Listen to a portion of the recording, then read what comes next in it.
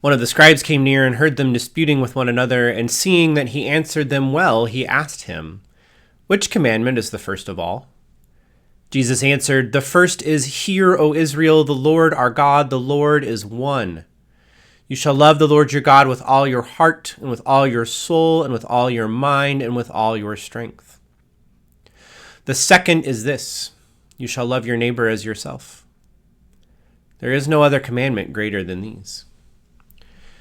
In these few verses from the Gospel of Mark, we have the foundational commandments that guide Jesus Christ in his life and teaching, and in turn are offered to us to guide our own lives in following the religious law that we have inherited. These verses come to us out of a discussion of what are the legal obligations of followers of the religious authority and customs of the time of Jesus. A question about a widow and the brothers of her deceased husband is put to Christ in an attempt to catch him in a trap, to discredit his authority and his standing in discussing the law of their religion that has been inherited and interpreted across generations. The scribe is inspired by Jesus' answer, and he asks Christ about the commandments. But I don't think he's trying to catch Jesus in a trap. I think he wants to know what commandment is truly the one that must be followed. And Jesus points to the first two commandments and their foundational connection of love, from which the rest of the commandments and laws flow out of. For there are no other laws or expectations in the religious tradition.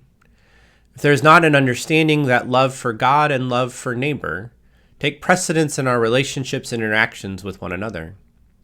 The laws are built upon the understanding that we are to love our neighbor as an expression of our love for God, to help our neighbor, to protect our neighbor, to lift up our neighbor, to provide for our neighbor, because God offers this to us, and so we must in turn offer it to others. In the Episcopal Church, we take these verses from the Gospel of Mark to heart and have tried to build a church full of Christian believers and followers that live into this distillation of the law. Love God, love your neighbor. This is why most Episcopal churches are known in their communities for the following two things: weekly Sunday worship, and, at a minimum, some form of weekly or regular outreach, that is, service-oriented ministry, that serves an identified need of our community neighbors. This can range from being a community hub through offering building space, to providing food access-centered ministries, or LGBTQ+ outreach, especially with youth, even being a space for the arts to flourish, and a number of other needs that arise in a given community. Most Episcopal churches understand their faith through this lens of active faith, of doing service to their community and in their community, because it is a reflection of the call that they have received to love God and love their neighbor. It can also be very challenging to love your neighbor, given the current political and social unrest in our nation. It can be especially challenging to love your neighbor when your neighbor is told to hate you because you have a different opinion. And this is where the Episcopal Church is at its strongest, because we are a place where hate is not fed. Hate is not bred. Hate is not created, but rather love is fostered.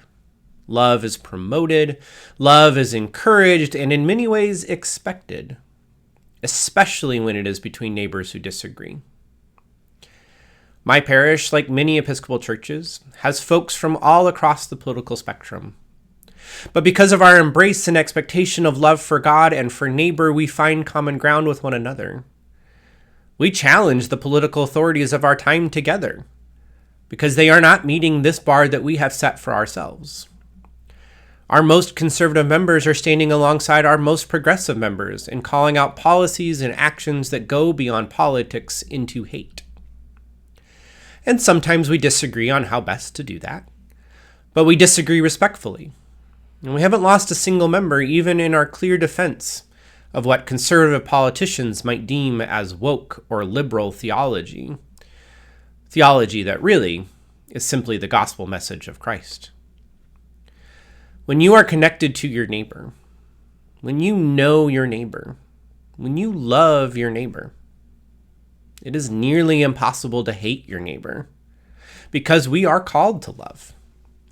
And in that love, we reach out to our neighbor to hold them in that embrace of God's love. When we hold them, we respect their humanity. We respect their dignity. And we seek justice for them. We seek justice with them. We seek justice for all of us.